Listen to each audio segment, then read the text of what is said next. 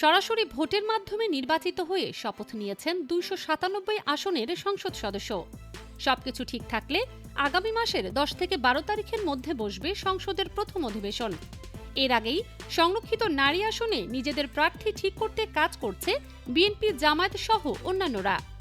সংরক্ষিত নারী আসনে মনোনয়ন ঠিক করতে বাংলাদেশ জামায়াতে ইসলামী তাদের মহিলা বিভাগ থেকে পরামর্শ নিয়েছে। এই পরামর্শে আসা নামগুলো নিয়ে আলোচনার পর দলের কেন্দ্রীয় নির্বাহী পরিষদে মনোনয়ন চূড়ান্ত করা হবে।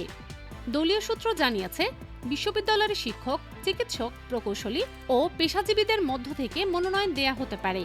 এর মধ্যে জামায়াতে ইসলামীর কেন্দ্রীয় মহিলা বিভাগের সেক্রেটারি নুরুন্নেসা সিদ্দিকা, সুপ্রিম কোর্টের আইনজীবী ও জামায়াতের মহিলা বিভাগের আইন ও মানবাধিকার বিষয়ক সম্পাদক সাকিবুন নাহার মুন্নি, জামায়াতে ইসলামের কেন্দ্রীয় কর্মপরিষদ সদস্যা ও সংরক্ষিত নারী আসনের সাবেক সংসদ সদস্য ডক্টর আমিনা বেগম, কেন্দ্রীয় কর্মপরিষদ সদস্য ডক্টর হাবিবা চৌধুরী সুয়েট, সম্মিলিত নারী প্রয়াসের সেক্রেটারি ডক্টর ফেরদৌসারা খানম, ঢাকা মহানগরী দক্ষিণের মহিলা বিভাগের সেক্রেটারি আয়েশা সিদ্দিকা পারভিন ও ডেফোডিল ইন্টারন্যাশনাল ইউনিভার্সিটির প্রভাষক মার্দিয়া মমতাজের নাম আলোচনায় আছে।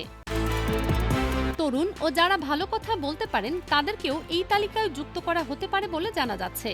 এছাড়া বিগত সরকারের সময় বিতর্কিত বিচারের মাধ্যমে যেসব জামায়াত নেতাদের ফাঁসি দেওয়া হয়েছিল তাদের পরিবার থেকেও কয়েকজনকে এই তালিকায় দেখা যেতে পারে বলে ইঙ্গিত পাওয়া গেছে। নারী প্রার্থী দেওয়ার বিষয়ে জামায়াতে ইসলামের মহিলা বিভাগের কেন্দ্রীয় সেক্রেটারি অধ্যাপিকা নুরুন্নেসা সিদ্দিকা দ্য ডেইলি ক্যাম্পাসকে বলেন, আমরা পরামর্শ হিসেবে একটা তালিকা দিয়েছি। কেন্দ্রীয় নির্বাহী পরিষদে আলোচনার পর চূড়ান্ত সিদ্ধান্ত নেওয়া হবে।